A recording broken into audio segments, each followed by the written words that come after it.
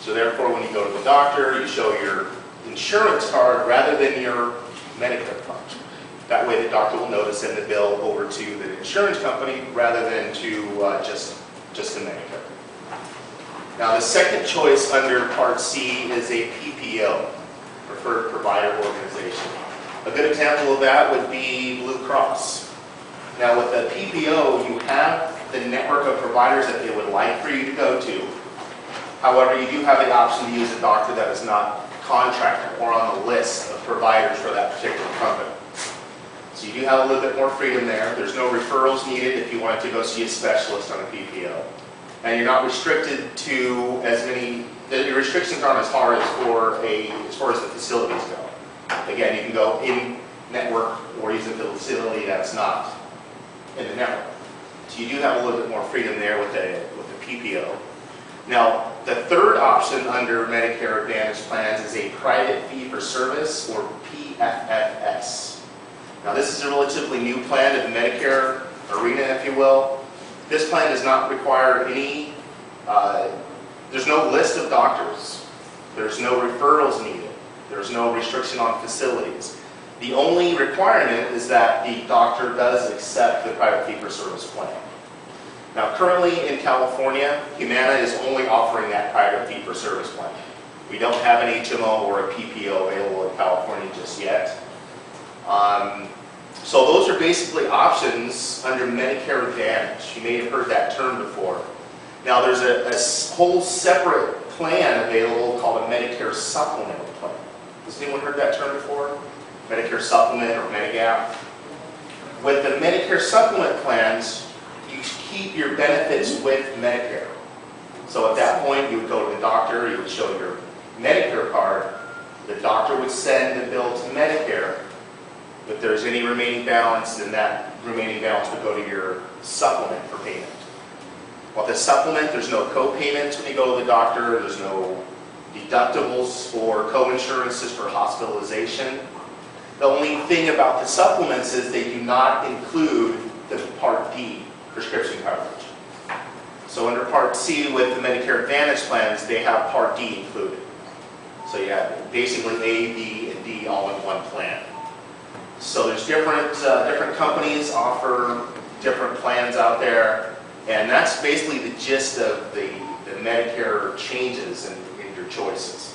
So the biggest change was Part D, and then the addition of Part C, which is your choices. We have some brochures out here that show the different plans, and all the plans are governed by Medicare. So they cover the exact same thing that original Medicare does. However, there is a different copay.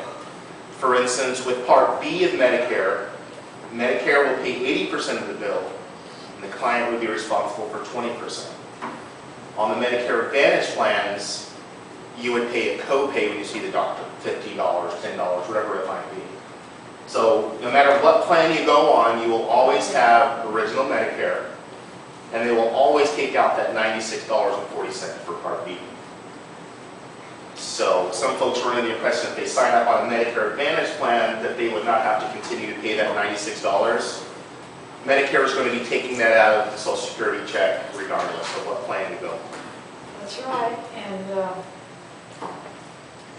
most of us here are elderly people, right? So we sound like we didn't know nothing about this. No, I'm just giving some information and just introducing myself. If anyone is interested in making a change coming here in November, you have basically from November 15th all the way through December 31st, which you probably already know, to make that change. Once you select that plan and you would be able to use it starting in January, Medicare will then give you until March 31st to make one change to your plan. So if you find out it's not working for you, you have the option to go ahead and make a change all the way up until March 31st. Now that hasn't changed so far. One thing that has changed each year that they've had this out is the coverage, or the donut hole, or the coverage gap with Part B. This year, if a client were to spend $2,510 in total drug costs, meaning what you pay and the company pays together, they would fall into the coverage gap or donut hole. At that point, they would pay 100% of their medications until they reach $4,050. If they were to reach $4,050 in a year, they would go into what's called catastrophic coverage, where you pay $2.15 for medication or 5%, $2.15 or 5%, whichever is more. Now that's one thing that has changed each year that they've had Part D available. So that's something to look for, and the changes for 2009 will be available in October. So we're waiting to find out what's going to change again for next year. So that's basically, you know, the different coverage options you have for Medicare.